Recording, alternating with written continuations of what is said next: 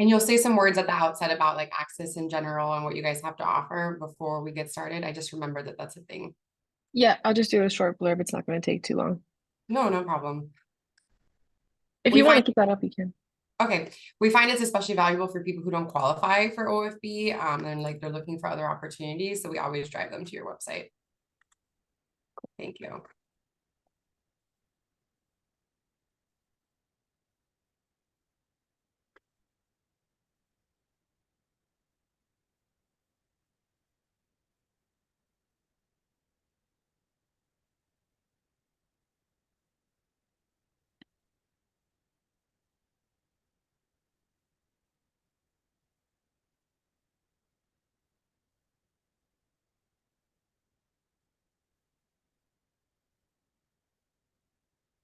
Do you have any pets, Isabella?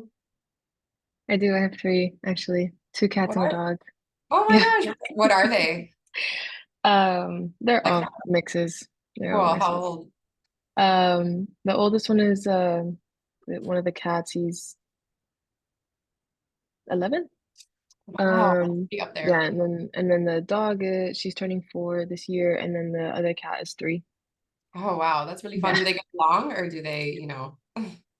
The younger cat and the dog get along. The older cat, he's a little grumpy. He's my old man. He's Yeah, he just wants to be left alone. I Uh, understand completely. yeah. That's really cute. How about you? I do. I have a 2.5-year-old golden retriever Oh. and an 18-year-old cat. Do they get along? No, para nada. They're like, the cat is like, please stop bringing puppies around. She's been going through it. I'm curious, do they ever interrupt you on Zoom calls or get in the way? No. That's Well, good. unless they're hungry. Yeah. Yeah, yeah, exactly. I had to feed my cat before this because I'm like, oh no, Yeah. there's gonna be issues if she's not fed. Yeah, yesterday I was a little late to feed the animals, and the cat just like did a full assault on me Yeah, in the yeah, they beginning of will the let you week. know if they haven't eaten, right? Yeah. Yeah, it was absolutely ridiculous.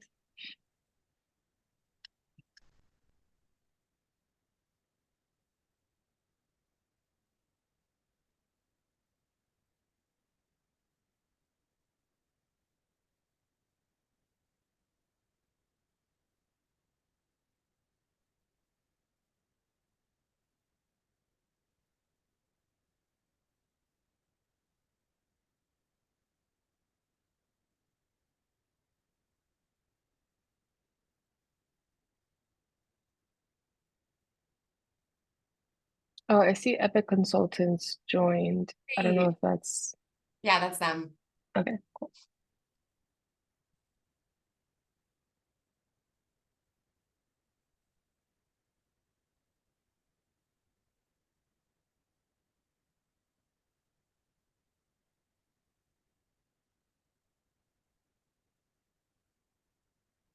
Okay, so it's one, so I'm gonna close everything out.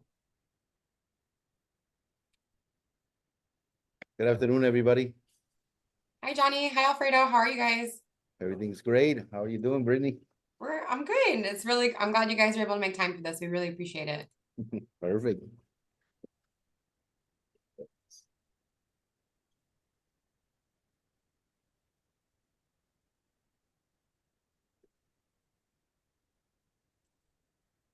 Isabella, do you have folks in a waiting room for the most part? Yeah, do you want me to should I let them in now or like 105? Feel free to open it now and then we'll get started maybe at like 103. Okay. Awesome.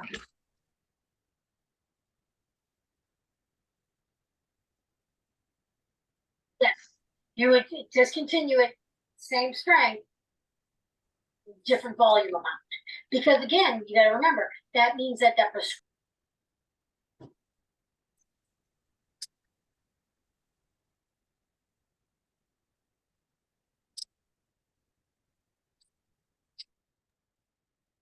Hi, everyone. Thanks for joining. I see a lot of folks are jumping on the line. We'll wait another minute or two to get started officially just to allow everyone a chance to join. But thanks for being here. That sounds awesome. Yeah. Do it. Go for it. I'm just thinking about going in that direction, so hopefully, yeah. And just a heads up, folks, you are not muted Yes, by default when yes. you come into the room, so you might want to mute your phone Yeah. to make sure there's no background noise. Thank you.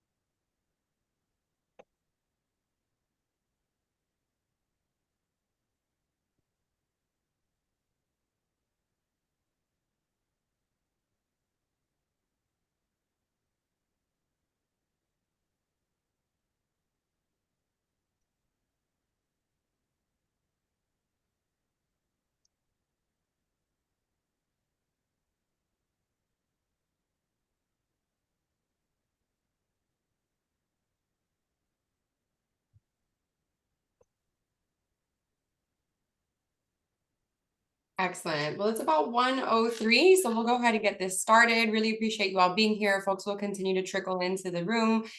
Please be mindful if you're not on mute, make sure that you avoid transferring some background noise. And I'm going to pass it first to my colleague Isabella at Access Helps, who will tell you a little bit about the other resources Access has available. Hello, everyone. My name is Isabella. I work at Access Helps. As you may or may not know, Access Helps was created during the middle of the pandemic to help our local community and small business owners connect to help that they needed the most. And we continued that mission in 2024. Through our website and our biweekly newsletter and our social media presence, we have connected thousands of individuals and small business owners to access over 150 million in financial assistance and resources. And we continue to grow our efforts and just want to help as many people as we can. Please follow us on Instagram at Access Helps or visit our website, accesshelps.org. Awesome. Thanks so much, Isabella. We think that the work that Access is doing is so valuable. And a lot of you probably found out about this webinar through their channels. But if you haven't already, just know that they have tons of grant opportunities, workshops, events, all to support small business owners in South Florida. So thanks for the work you do. And thanks for prompting this webinar today.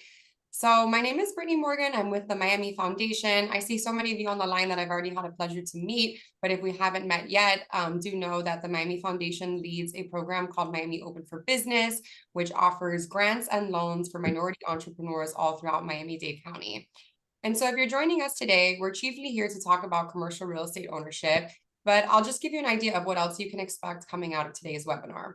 So first of all, you'll learn about Miami Open for Business at large. We have other financial products besides the down payment program we're going to specify and talk about more deeply today. You're also going to be able to understand the requirements for this program and what makes for a really strong application.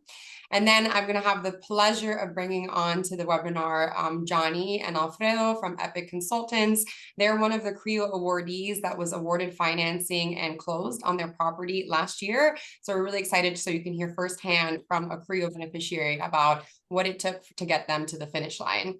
And then last but not least, we want to make sure that you do not feel overwhelmed or daunted by the application. We're going to highlight a variety of resources that you can use, templates, technical assistance providers to help you strengthen the quality of your application. So this is what we'll get out of the next hour and change together this afternoon. And so a lot of you have already heard this information. I'm just curious, quick show of hands in the Zoom room or in the chat. How many of you have already heard of Open for Business? Yep, I see some hands going up and you can feel free to put them in the chat as well. Okay, so a lot of folks are vaguely familiar. Do apologize for the uninitiated. We will provide a very brief overview, but I see a lot of our longstanding business partners are already on the line. And while we go ahead and dive into Open for Business, if folks could just put in the chat their name, their business's name, and what it is that you do in terms of your product or service so that we can get to know who's in the room.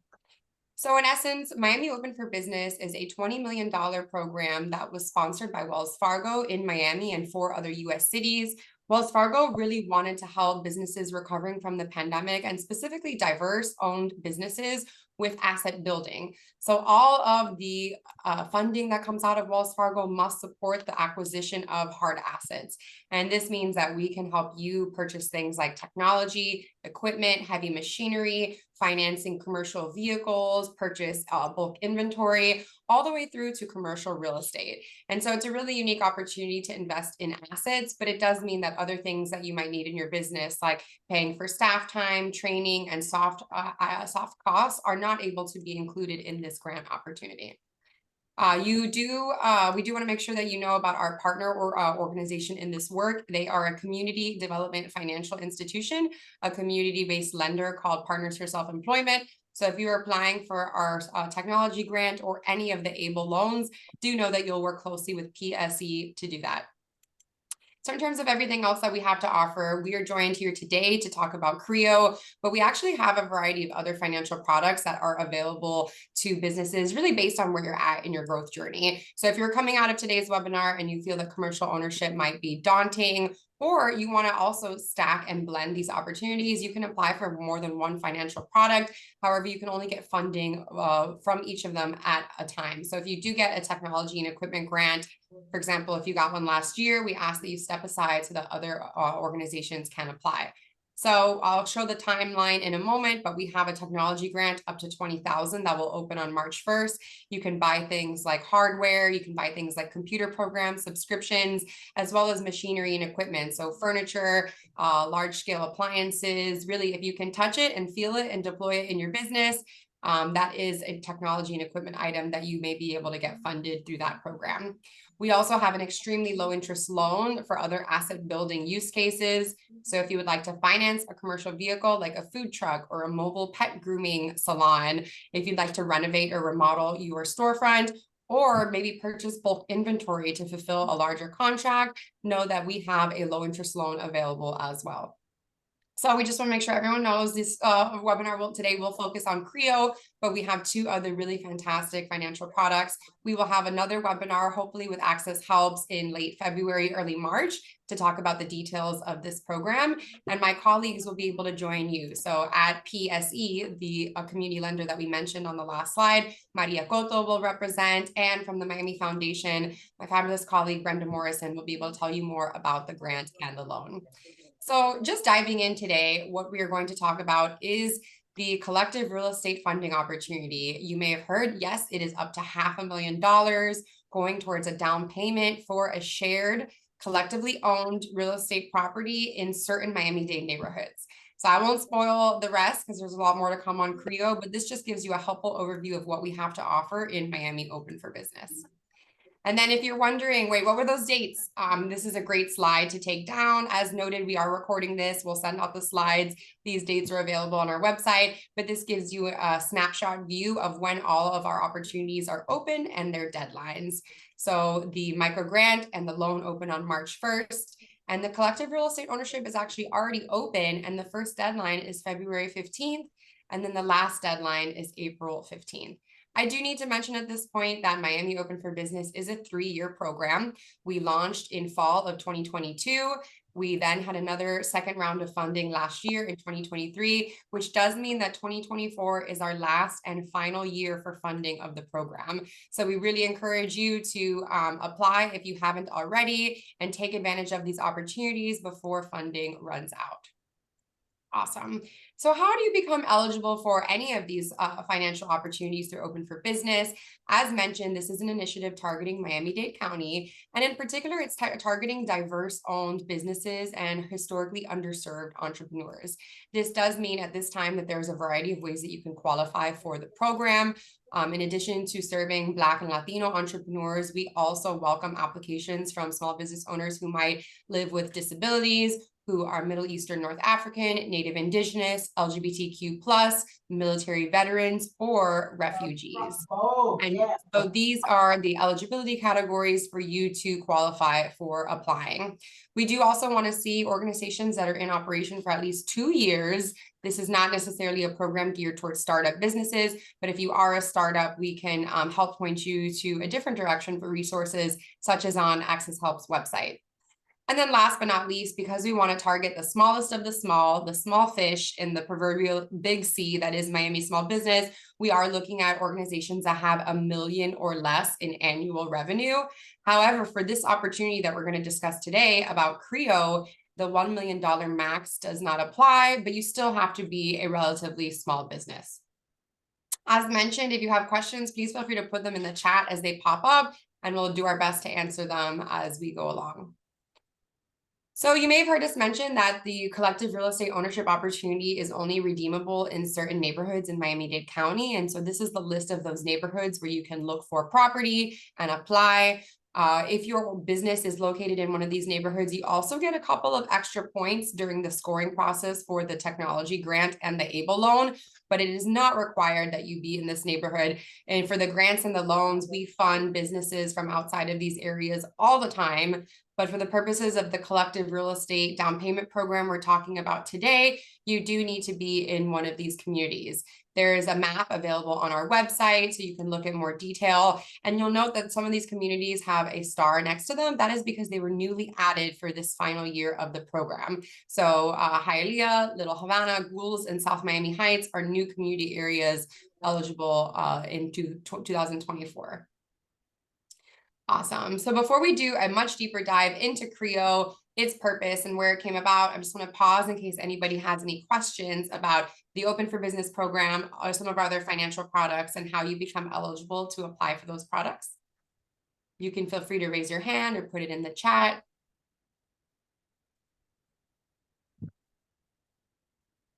Awesome. Karen, I do see your hand raised, but I think it might be a holdover from earlier. Is that right? Okay, great. Awesome. So no further questions. We are going to go right into the heart of collective real estate ownership. And so what is the objective of this program, and why did we offer this in terms of making it available to small business owners? We all know that there are a lot of communities in Miami right now that are facing really unexpected cost and leasing pressures. We also know that there's a lot of communities that are on the risk or on the cusp of gentrification.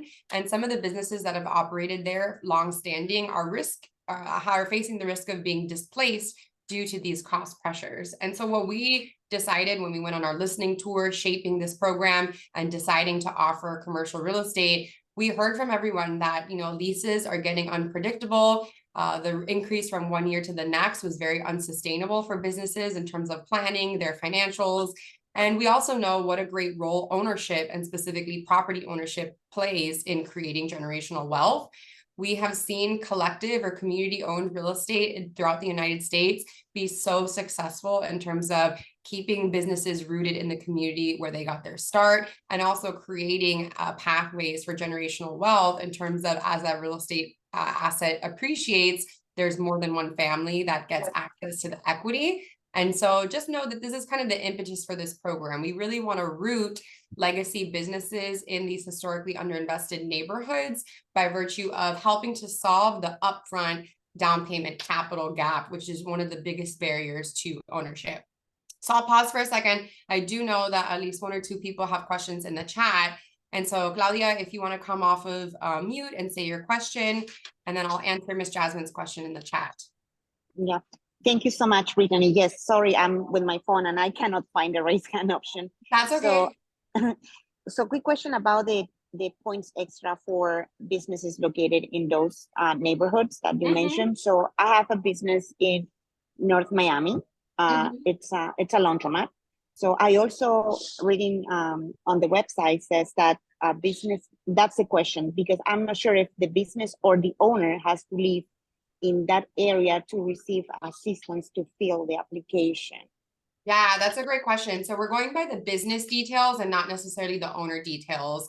I have a similar question from Ms. Jasmine about the location of the business, whether it has to be in Miami-Dade. We do look up the registration and the incorporation of the main applicant, the lead applicant for CREO, and we are trying to support Miami-Dade businesses that have already been operating there. So we're not necessarily as concerned with the resident or the owner's personal address. I actually don't think we have asked for the owner's personal address in any of the CREO applications, but we will want to better understand your company's track record in Miami-Dade County. And if I may add, so if Yeah. I have my laundromat in North Miami, Mm-hmm. and if I have a restaurant in downtown Miami, the restaurant in downtown Miami does not qualify, right? That's correct. As it relates to CREO, that is correct. You can still apply if it's in downtown for the grant or the loan, but in terms of the real estate ownership, that is correct. So if I want to apply for the only one that I qualify, it's the one in North Miami, because I don't see Hialeah Gardens here, right? Okay. So yeah, because that's I a have great question. The Hialeah like triangle, if you will, that you see here, I do believe it encompasses Hialeah Gardens, even though Hialeah Gardens is a separate municipality. So what we recommend is taking a look at the Google Maps on our website and looking at the property to get more clarity. At the end of the day, we're more concerned with the suitability of the property, the feasibility of the finances, than whether or not it's within, one block of the boundary shade. We just want to make sure that folks are not using this opportunity to invest in or purchase in other areas that have already benefited from significant small business investment, like Coral Gables, Pinecrest, Miami Beach, etc. Awesome. Some really great questions, and more questions are coming in the chat. So just to summarize what we've talked about, we are really encouraging collectives that are distinct. What we're trying to do is foment access to equity and access to property ownership. Okay, and the last question. So if I want to apply, yeah. You're breaking up a little bit, Claudia. I wasn't able to hear the rest of that.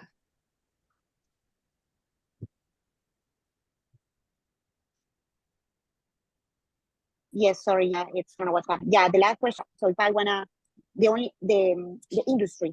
So if I own a laundromat, so if I wanna, I have to only apply for a loan, or can it can be a different type of business within the same North Miami area? Yes. What do you mean by this? Like it has to be only a laundromat? No, they don't have to be the same type of business. They could be any other type of business, but they do have to be two or more who will be on the title and then who will have property rights to that real estate property. Got it. Perfect. Thank you so much, Whitney. Yeah, of course, of course. And so I see some more questions coming in the chat. I think that some of them will be answered in the upcoming slides. So let's go ahead and get through those, and then we'll pause again before I pass it to my colleagues, Johnny and Alfredo from Epic Consultants. So again, now that you guys know a little bit of the impetus or the purpose for this program, it really helps you get an idea of what we're looking for in a strong application. So again, businesses and nonprofits with a history in that community or plans to, we basically want to make sure that we're investing in projects that will bring value to that community by providing them with the down payment assistance. And there's a lot of value, as mentioned, in community-owned or shared equity models of real estate. And I'll talk about those 4 possible models in a moment. So these are the core details you have to remember when thinking about CREO. So the first of which is it's got to be a collaborative. It can be a nonprofit, a for-profit business, a combination of the two, but there do need to be at least 2 or more entities that will be co-owners. So for example, if you are the only owner and you're leasing a portion of the property, that doesn't necessarily create equity for more than one business. So that would not score as strong as a proposal where all else equal, it is a true shared ownership model. Basically, the lead applicant will apply on behalf of the collective and be responsible for gathering documents, financial information, and details about the % equity share across those businesses in the application. And again, we're hoping to support really small business owner occupied real estate. We get a lot of questions about potentially using this money to create an investment property or potentially, you know, leasing it out and just becoming a landlord that's not present on the premises. That's not what this opportunity is designed to create. It's trying to root businesses with equity ownership shares in the communities in which they have historically operated. So the second consideration is that CREO is a down payment product. A lot of folks comment that $500,000 cannot really buy much in the way of commercial real estate anymore, but that is because this program is not designed to finance the entirety of the building. Instead, hi, yes, does somebody have a question? Great.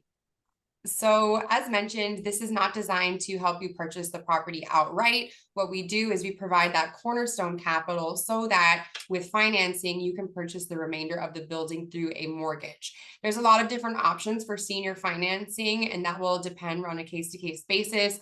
But you will be asked in the application whether you have plans to secure financing and from whom you'll be able to secure the remainder, approximately 80% of the purchase price. Because we pay our CREO loan at closing, like your senior lender will, we wire the funds to the closing agent or the title agent. What will happen is that anything that happens before we get to the closing table, you have to be prepared to pay out of pocket. So for example, the inspection, the appraisal, the environmental phase 1, you can expect to pay a couple $100. The costs will vary based on the size of your property before you get to the closing. However, you will not need to expense any of these items until you are accepted and entered into the program. So there's no need for during this application phase to need to pay for these items, but you do need to be prepared to pay for them before we get to closing. And then I'll just cover this note on forgivable loan and turn back to some of our questions. So this is technically a loan on paper. The interest rate is 0.01%. And it is forgiven over a 5-year term. Our hope is that nobody will repay any of these dollars because they'll abide by the forgiveness conditions put in place. We want to make sure that this property remains in your hands and that it's not sold to a developer, an investor, and then lost. In terms of community ownership. We also want to make sure that collective ownership model is retained and that the property is being used for the original purposes under which you applied. For each of the 5 years following closing that you abide by these terms, we will forgive 1/5 of that original principal. So let's say we extended $500,000 at closing and year 1 passes and all of the conditions are met. We will issue a 1099 and cancel 100,000 of that original 500,000 debt. And so I'm seeing some questions in the chat from Raymond and Joanna that are somewhat similar. So the lead organization does have to abide by all the eligibility parameters, 2 years of operation from one of the historically underserved groups. It is okay if other members of the collaborative are less than 2 years old and maybe are not a member of the minority groups on that slide. However, I'll share that if one of the collaborative businesses is not in operation for at least 2 years, it will be a little bit more challenging for them to get financing because they don't have as long of a financial history for the bank to look at. So in those cases, you might want to consider making that newer company a tenant with an opportunity to buy into the ownership LLC at some point in the future. And then to answer your question, Joanna, not all the businesses, the lead applicant does need to be a member of those groups, but let's say that we get 2 different projects and all else equal, one of them has all minority businesses and the other only has 1 minority business as the lead, they would not score as well as that other collaborative that submitted a similar proposal, but looks different in terms of that diversity in their ownership. And so I see Gloria's hand is raised, so I'll pause for another question. Good afternoon, everyone. Good afternoon, Brittany. Thank you for everything that you bring us, information and the opportunities and your great leadership. My question is, I know that the main point is to collaborate 2 companies. So the requirements would be that the joint venture must to be signed between those companies. And is there any limitation for the time that the joint venture might be signed? Yeah, that's a really great question. So you will have to start to formalize your venture while you apply in terms of thinking about the terms of your operating agreement, which I'll get to in a second, but you don't need to file that LLC with the state until after you are selected. It costs money to file an entity to form an entity with Sunbiz. So we ask people to hold off until after they are elected into the program, basically. And that's when you'll start to think a little bit more seriously about the joint venture, its terms, its governance, etc. We will want to see during the application that you've already given it some thought, but there's no need to formally register that holding entity until after you were selected into the program. Awesome. And another question about how many folks will be selected. So we expect to fund anywhere between 4 to 6 properties this year. So we would notice that there's 2 deadlines, February 15th and April 15th. That means that we are likely to choose 2 properties from each of those application rounds, 2 to 3, depending on how expensive they are. If people are only asking for 150 or 300,000, we'll be able to do more deals. If people are asking for the full 500K, it's likely that we'll be able to do fewer deals. And then Rochelle, great question about scoring. We have the scoring metrics in this presentation, and we'll also show you some example responses from high and low scoring proposals. Awesome. You all will get a copy of these slides as well, and all of the details will be provided after the call.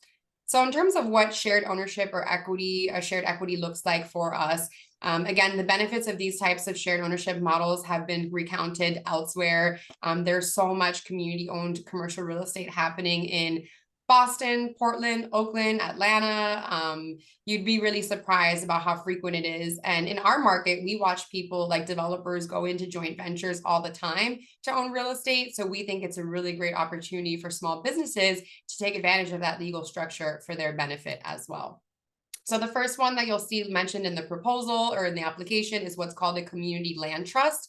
This is when a nonprofit or a government entity agrees to purchase land and provide ownership to the businesses on site. It comes from the housing world. So in that case, the houses on site, and they promise to keep them available, affordable in perpetuity. So this means that they are not, extracting excess profit from each of the business owners or the residential owners on the land trust. And then there's also some governance procedures where everyone joins in on a board, and that land is stewarded to be affordable in perpetuity and as a part of that community. The second option is what we call a shared space. We still want to see at least 2 or more owners that have equity in this concept or this deal. But what this also allows for is for affordable leasing space for additional entrepreneurs. For example, at a flea market, a food truck fair, you're basically co-owning this space to offer low-cost rent to multiple entrepreneurs at a time. The third option, which we are finding is the most common in CREO in South Florida, is simply a joint tenancy agreement. This is, again, that almost all of these projects will require a holding entity or a holding company, but the joint tenancy arrangement is an explicit number of businesses are coming together and they're sharing the property rights according to either the square footage that they will utilize, how much money they initially put into the deal. And it's a finite number of businesses who are on the premises and own the property. Folks ask often, is it required to be 50-50? We have no mandate on how you split your property. That's a business decision that you need to come to agreement with your collaborative. You could have 2 business owners, owning it 50-50. So far, we have seen 90-10. 45-10. There's all different types of arrangements. It's really what makes sense for your business. And they look comfortable. They are comfortable. And then last but not least, we have a co-op. A co-op is a concept where somebody purchases the building and then anybody gets shares of it, not just the people who are on the premises. So a community land trust, you can think of somewhat like a condo, if you will, like individual condo owners own their own unit, but there is a ground lease. A co-op is different. A co-op is anybody in the community can buy a share into that property the same way that somebody can buy a share of Facebook, Google, or Apple, etc. And as that building appreciates over time, everybody in the community who has a share in the building gets a benefit. And then they also are able to govern that property through a board. So it's a much more of a form of community-owned real estate. The co-op and the community land trust can be a little bit more challenging to operationalize, but there's a tons of resources nationally and locally.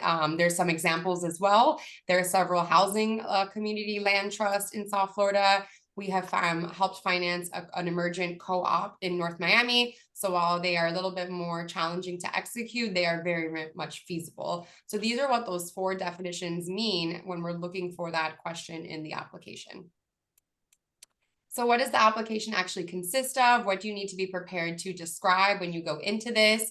There's a couple of different sections in the application on submittable. So first of all, we want you to describe the current site. Somebody asked in the chat whether they need to have a property identified. We really do hope that you identify a specific street address because you need to understand what the asking price is, what is the zoning. If you are looking for a warehouse, but you're applying with the address of an office suite, like making sure that the property that you're looking at makes sense for your needs. We're also introducing for the first time a backup address. We want to make sure that you have some options and that you're not wedded to one specific property. A lot of what's happening in the real estate market is that things are going to cash buyers or they're on the market, but they're already kind of spoken for. So we want to make sure you have a property address, the subject property in question, and a backup location as well. And then help us, see your vision, describe the plans for its use. Is it a parking lot? Is it a salon suites? Is it, a food truck market? Really help us understand how you're planning to use this space and what additional activities would be needed to take it to occupancy. We do get a lot of proposals of folks who are trying to do development or construction over a longer term time period. We really need to make sure that that's feasible and that you'll be able to deliver on that vision within a certain time frame. If it's going to sit vacant for 5 years and you don't necessarily have the remaining capital to turn it into a development or a mixed use site, we have some concerns about financing those types of deals because there's just so much risk and uncertainty about how that property will be used. We'll then ask you questions about your collective, the ownership model that you're adopting, a roster of every single organization that will be on the premises, both the owners as well as any potential tenants. And this year we are asking you to state the explicit percent equity of those organizations on the premise. We want to understand whether you've already connected with a mortgage lender, a real estate agent, a tax attorney. You need to have basically a bench of professionals to help get you through this deal. If you are applying and you have not yet spoken to a lender yet, we do have some concerns. We want to make sure that you can finance the remainder of that property. That's where the financials come in. So we really need to get a sense of how much is the property going for in terms of the asking price. How are you going to finance the remainder of it? How much are you prepared to bring to the table? Making sure you have an understanding of how much you'll have to pay in the future once you own it, and also getting a better sense of how much you currently pay in rent. If you're only paying $2,000 a month in rent, but we calculate that the mortgage that you put down would take you to $10,000 a month, we'll have some concerns and really want to understand how you'll be able to afford that property. And then last but not least, we want to make sure that the investment that we're making will benefit the community, right? You don't have to be a nonprofit to be providing really critical goods and services to your community members. But for example, if you are planning to text, Joan. In my text. If you're planning to purchase the property and then make it, an investment, or make it, I'm going to make something up here, like a casino, or for example, check cashing store, that's not exactly the type of investment we want to make in these communities. So I want you to be really clear on how the adjacent community will benefit from this project, whether you'll be able to hire locally, and any other economic impacts. And then, of course, we'll have some cursory questions around initial due diligence, just better understanding your organization's position and standing. So I did see a question in the chat about shared space. Can one person purchase the property and lease space to other businesses? We are really trying to encourage having more than one entity that gets property rights, and thus, as the property appreciates over time, they can tap into that equity. So again, we're getting a lot of proposals. They're very competitive. If almost all of the proposals are true shared ownership and one of them is not, one of them is just a single owner that's leasing the space out, they would not perform as well, given that there's other applicants that are adopting true shared ownership models. Awesome. And if the shared owners can be related, that's a question that we get a lot too. I think it really depends on a case-by-case basis. It also depends on the applicants that we're scoring across. So let's say again, 2 deals, all else equal. One of them are 3 unrelated business owners coming together, and one of them is 3 business owners that are all from the same family. Provided that everything else in the application is equal, we would look upon that first project more favorably because it's creating wealth and it's creating equity accruals for 3 distinct businesses and thus 3 distinct families as well. So while it's not completely off the table, it really depends on other applications received, and it also depends on the feasibility of the deal at large. So I know there's a lot of questions specifically on the shared equity component, but there's so much more that goes into making these projects feasible, which I'll touch on in just a moment. So just in terms of, this was the application questionnaire and what you can expect to complete in the narrative. These are the required attachments.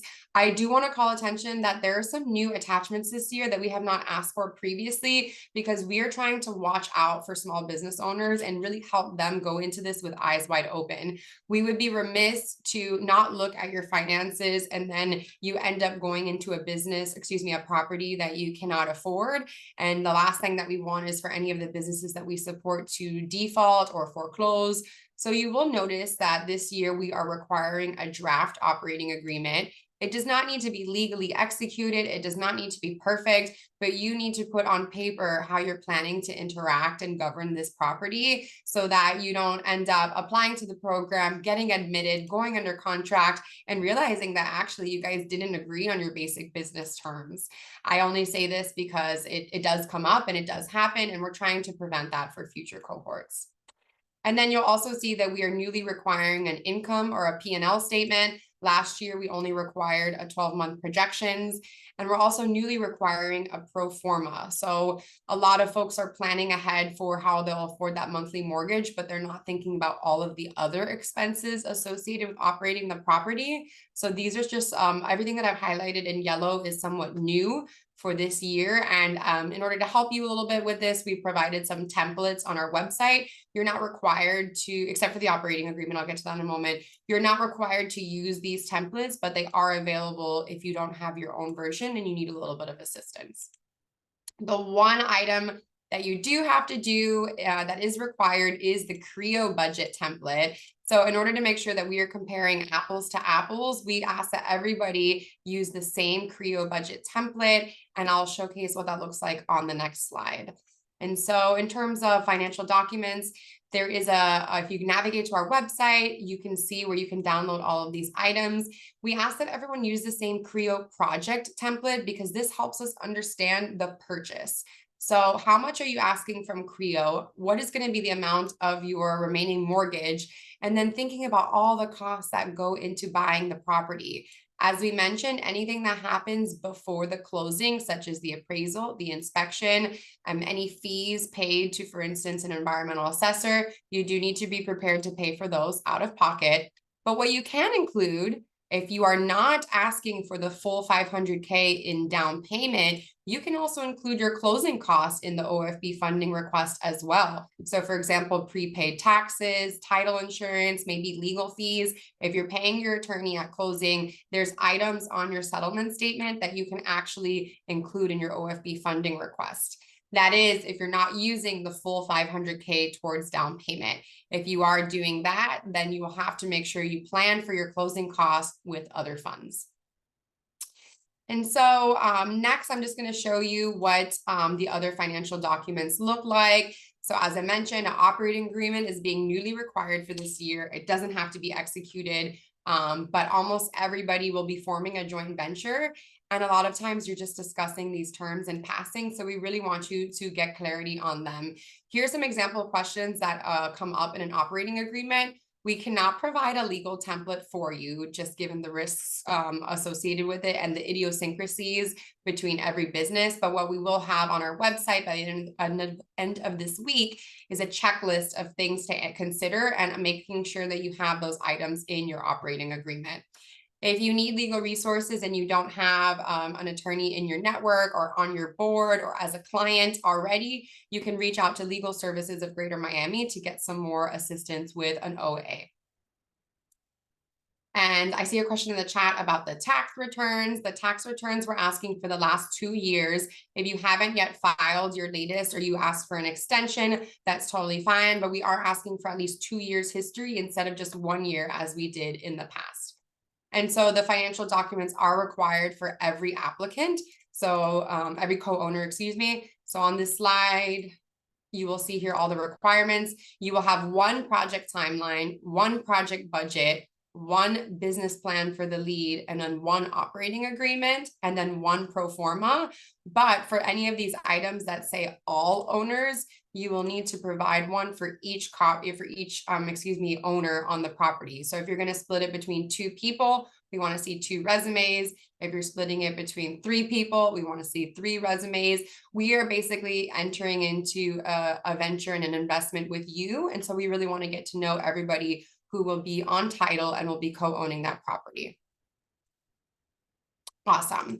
So just to showcase, as mentioned, we don't have an OA template, but we will give you a checklist of items to consider. What we did do this year, since we're newly requiring an income statement and a pro forma, we have prepared some templates and have uploaded them on our website. A big reason why we're now requiring these as part of CREO is because the senior lenders have required them from the CREO organizations that we committed to funding. So for example, the CREO collaboratives from years 1 and 2, they didn't have to do a pro forma to get into the program, but when they started looking for financing, every single lender was requiring the pro forma. So we're trying to better prep you and prepare you for when a senior lender will ask for this as well.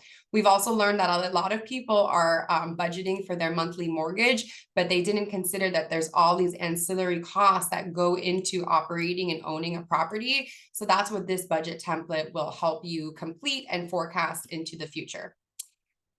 And I see Rochelle has some questions. How strongly will projections be considered? Let me read this to make sure I'm fully processing. Yeah, so this is a really great question, Rochelle. I'm sensing that the question is around, the difference between the past performance of the entities and that the pro forma is for, a new entity in the future. Because the new entity has no financial history, as you mentioned, we learned from the first 2 years that it's challenging for them to get senior financing. As a result, the senior lender is asking for every individual business that will be on title and on the mortgage loan to be mortgageable, basically. So that's why we're asking you to submit an income statement and an operating budget for all of the co-owners. If you feel that one of your co-owners is not the strongest financially, you may want to consider applying with them as a tenant and having a different, stronger, mortgageable co-owner on the application. And then you could perhaps enter them into the property at a future date by making an amendment to your holding entity LLC. But for example, they would not be formally listed on the note because they were not underwritten by the bank. And so a big reason why we've moved to ask for the income statement instead of the 12-month projections like we did in the past. The 12-month projections were more of a forecast or a future budget into how much money you could expect to make. Whereas this income statement will help us understand a retrospective look at how well you've performed over the last 2 years. So again, these 2 documents are optional. You're not required to use the submission of the documents is not optional, but the use of these templates is optional.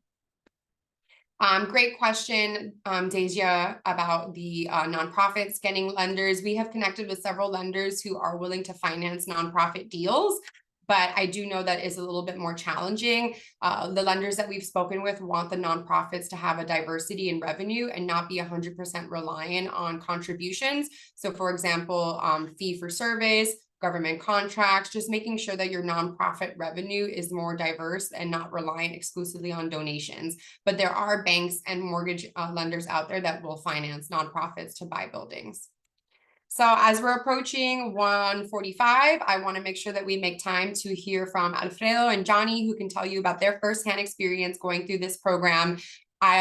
Before we transition, I know some of you asked about the scoring metrics. Here they are. Shared equity is just one of the many dimensions we look at. We also look at the consistency of the project team, the nature of the small businesses, the feasibility of finances, etc. You will get a copy of these slides where we show you what a low and a high scoring metric equate to. So when we say that this is our scoring metric, this is what low performing questions versus high performing responses look like.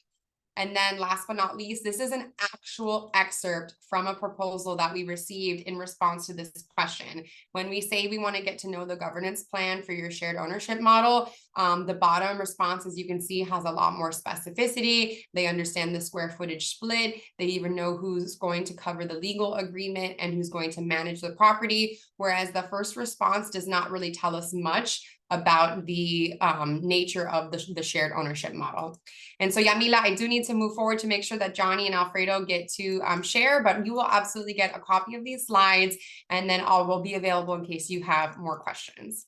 So last but not least, I'm so excited to bring up Alfredo and Johnny, who actually took part in this program, were accepted and closed on their property last year. So take it away and share with this group from firsthand experience how it was going through CREO. Okay, well, good afternoon, everybody. First of all, can I share Yeah. our picture? Let me make sure that you are a That I I'm can't make you a authorized. host. Can you try sharing? Yeah, let me try sharing. Okay, perfect.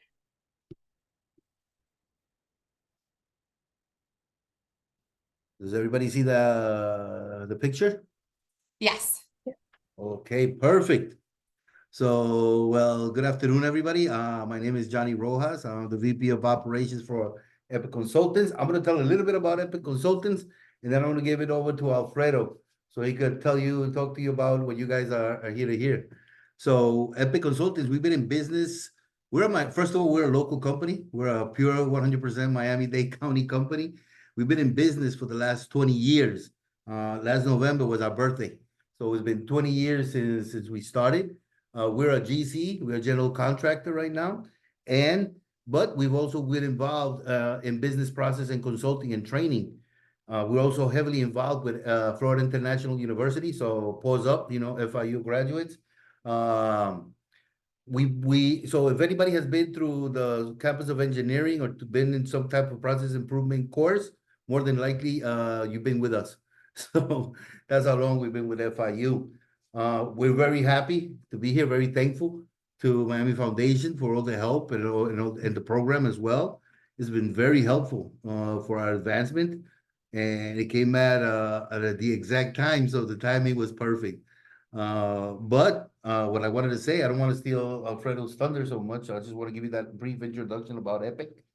And I'm going to now hand it over to Alfredo so he could give you the details that everybody's here to listen to.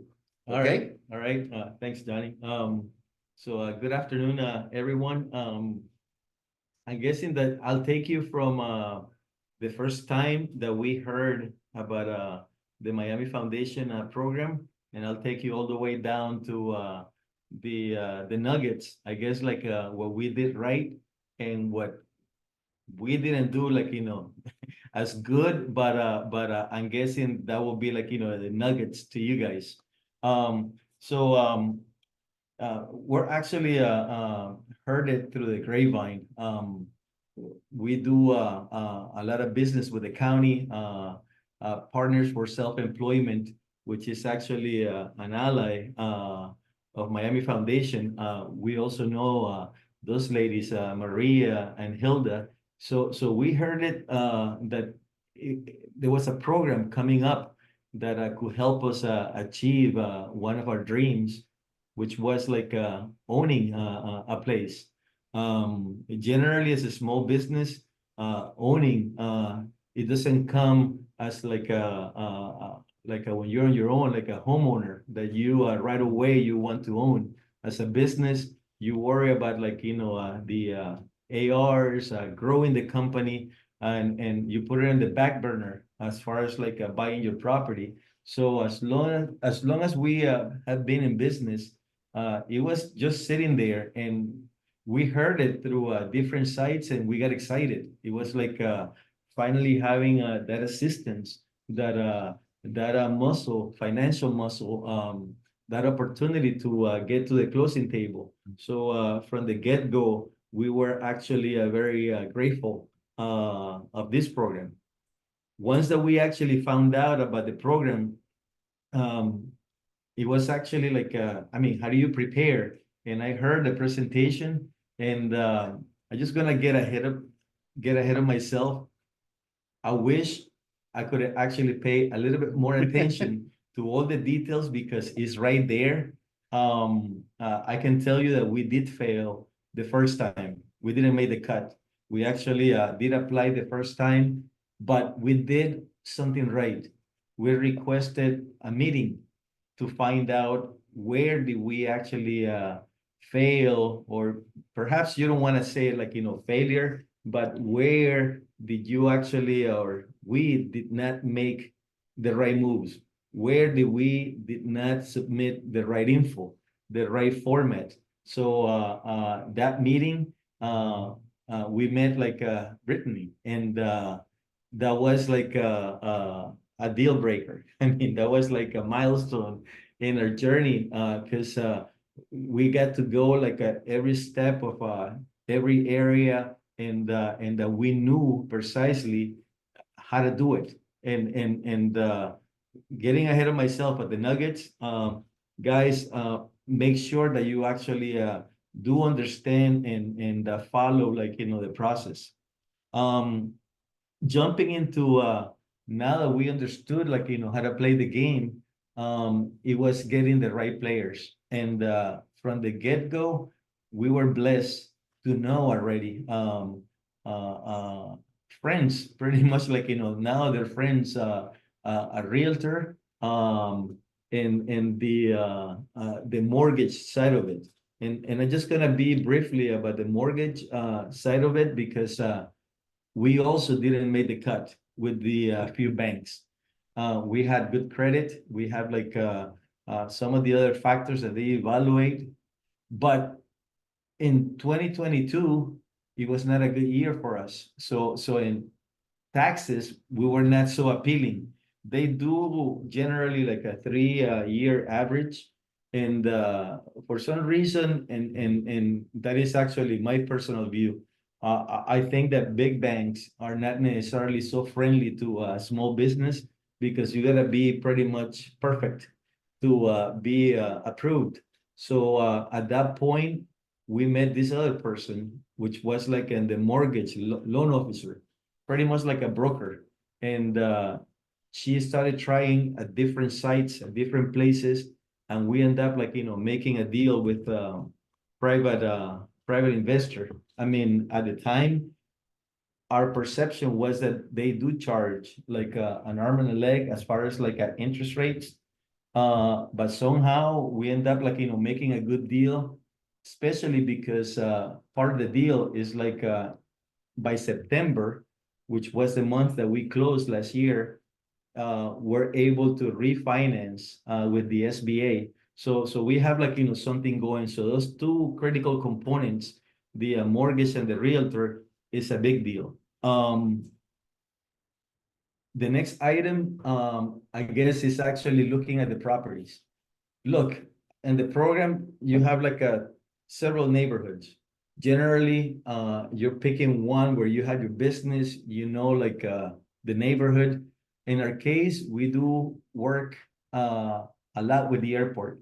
So our office was close to the airport. So we did check pretty much every single area, but in our criteria, we wanted a property that will allow us to grow. So that was like the main point. As you can see in the slide, our office is located Richmond Heights, which is, I mean, a little bit like, a few blocks away from the airport. But somehow in a criteria, that was actually number 3 or 4. So we're pretty happy because this place is allowing us to keep on growing. I like to point out like something that I did miss about the players. One critical component is the partnership. You want to make sure that your partners understand that this is a financial transaction, meaning that you gotta be open about your financials. You're gonna be sharing a lot of info with the bank, with Miami Foundation, with all these entities. So make sure that they understand that this is not like a 1 year deal. at least it's gonna be 5 years. It could be longer. So you gotta make sure that you pick your partners correctly, and they do have clear expectations what is coming up. Let me see my notes. Talking about like what we learned, what we did good, and what I was telling you that I would have known. I wish I would have known.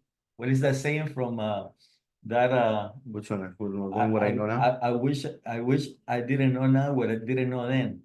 Something like that. Anyway, what we did right is actually definitely the mortgage, having the mortgage, that relationship, that realtor, it was amazing. In our case, she was able to negotiate. She was able to, this was an old building. We're still like, going through the process of repairing. There's like violations with the county. So negotiating all those little things is the realtor. The realtor was able to get us a great deal, a fair deal.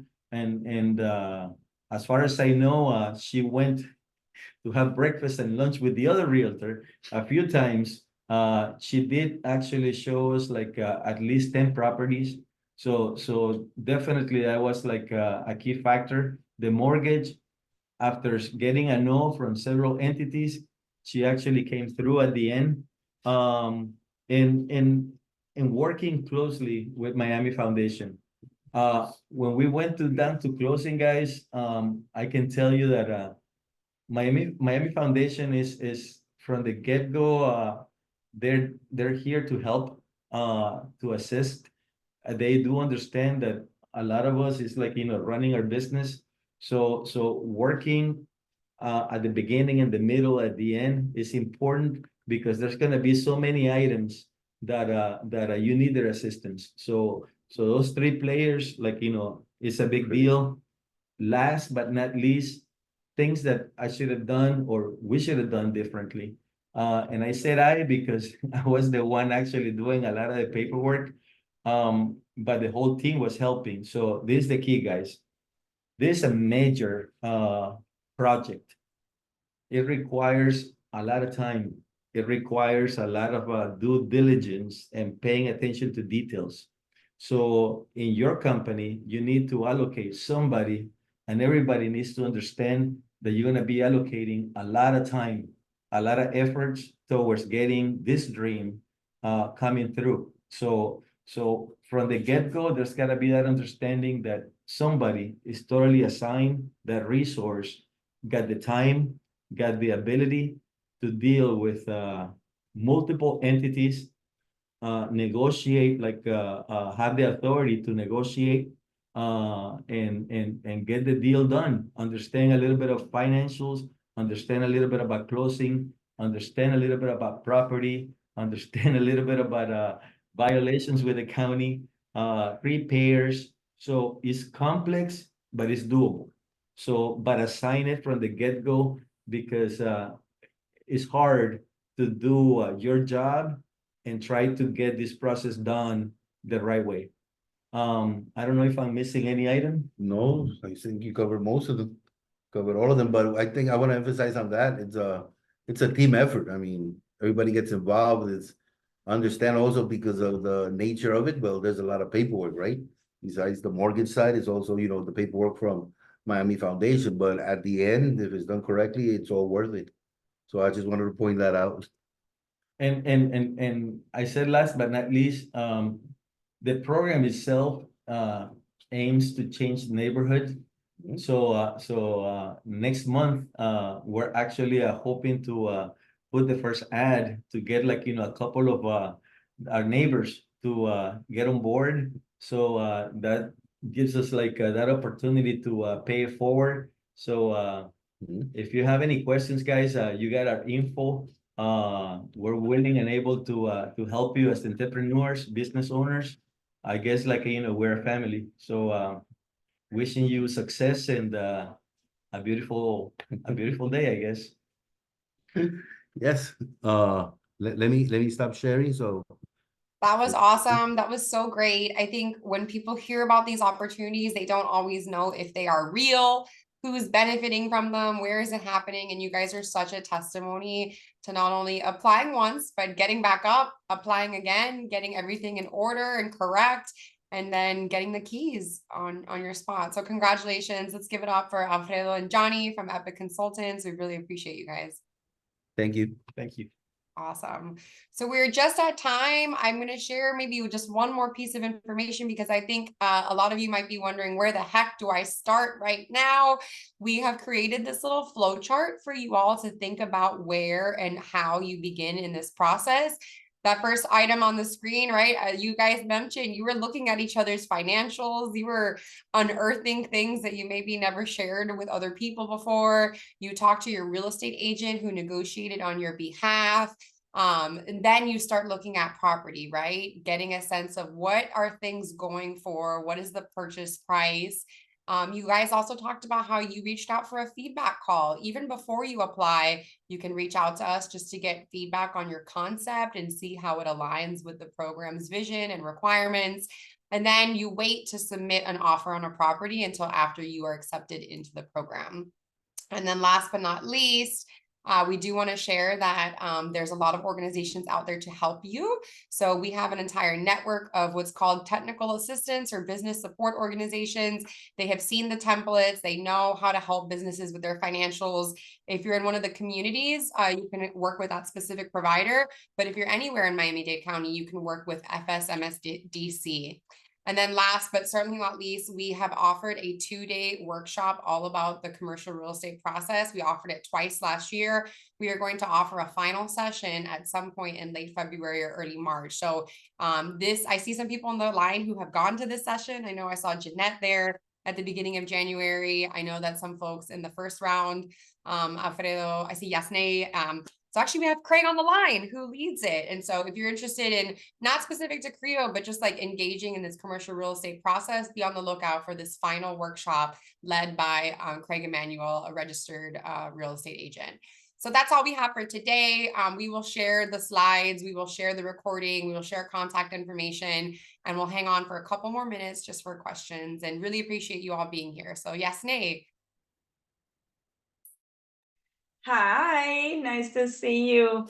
Yeah, my question is, we are looking at this opportunity from the point of view that ideally we can buy the building where our business is currently located, right? In the case the landlord is not open to sell that building, that means we have to either open a second location or move to a new building. So my question is, and I'm thinking from the financial standpoint, if what it takes is, let's say in the case of a retail store, in the case of a medical office, which is the type of businesses that we have, we need to include in the business plan and the financial projections, the expense of moving or opening a second location. So that's Absolutely. we need to be financially able to do that, right? Yeah. That's a really great question, Yasne. And I'm not even sure that our CREO budget template has like moving expenses as a line item, but you can add that because that is something that you will need to think about. You can see if your seller is willing to do an off-market deal, for the right price. Some people are willing to let go of property that's not formally on the market. So, but you never really know what your seller will agree to. I will share with you one of the CREO collaboratives from year one. They were working with a real estate agent realtor who they knew via friends, but they realized that they actually needed a different real estate agent who was more embedded in the industry because he had the connections, the negotiation power. He knew what was coming on the market before it was even live. And so sometimes it also matters who your representation is to get you on some of those off-market deals. All right. So consider maybe getting that seller to let go for the right price, and you can also make concessions. Not everything is about price. Sometimes it's about the terms. Some sellers will be willing to let go of the building if you do seller financing. And so that's one option, but then also really great point about needing to incorporate moving expenses. Yes, and not only the moving expenses, it's the fact that if we're opening a second location or moving the business to another area, that means we have to start the business in it's like starting a new business. We have the Exactly. marketing and the sales projections are gonna be based on a startup. So Exactly. Which is why we moved away from the projections as much and trying to think a little bit more about past performance. But you're right. It's like it's arguably like a new location or a new business, which matters a lot for the senior lending and the senior financing. okay, thank you. Awesome. Gasoline, close us out with the last question. Yes, I don't have a question per se, but I do want to congratulate the two gentlemen for coming on and telling us. I kid you not, my sister and Joan will tell you, I looked at that exact building they're in. I knew a young lady working towards the one in the back. Yes. And I was like, well, how do I go about getting this building? And come and find out it was sold. Now I get to know who actually bought it. So congratulations. But for someone like myself, who's probably on the call, nervous, doesn't know, should I make this decision into investing into myself, in my business, having that confidence, what advice would you give someone that's on the call to go ahead and just do it? Do you guys have like financial assistance or a program to help them along the way in the journey to make sure that they, make it through strong? It's a really great question. I want to let Johnny and Alfredo answer it firsthand. Thank you. You gotta make it happen. I mean, you gotta make it happen. I feel you. I thank you sharing the happiness. The key players, realtor, the mortgage broker or loan officer are the key to get you to the table with as low as what you want is getting to the table. That cash flow is king in our business, and you want to save that for the business. You want to get to the closing, investing the least amount possible. What I can tell you about the financials now this year, we're just gonna look like a lot better as far as like having like our assets actually went up. We're way more appealing to a lot of people. So please keep it going. Keep us in the loop. We want to celebrate it with you. I gotta make sure that you get an invitation to come to our opening when we're done with the repairs next month. So looking forward to see it. Well, Gasoline, I will compare it like when you're about to get in or you're about to get in the line of the Velocicoaster or the Hulk, right there, and you're like a couple of feet away, and then you got to make the decision whether you get on the front seat or not. And that's how I compare it to. We got on the front seat. And we went for the ride. So that was amazing. Awesome. Well, so we're a couple minutes over. Thank you. Thank you, Gasoline. Thank you, everybody. We're 8 minutes over. So out of respect for everyone's time, we're going to end today. But we'll send out the recording. We will send out a copy of the slides. Please look at our website if you haven't already. It's full of information, including a checklist and the templates that we mentioned. And we're really looking forward to hopefully seeing some of you apply. Appreciate it. Thank you.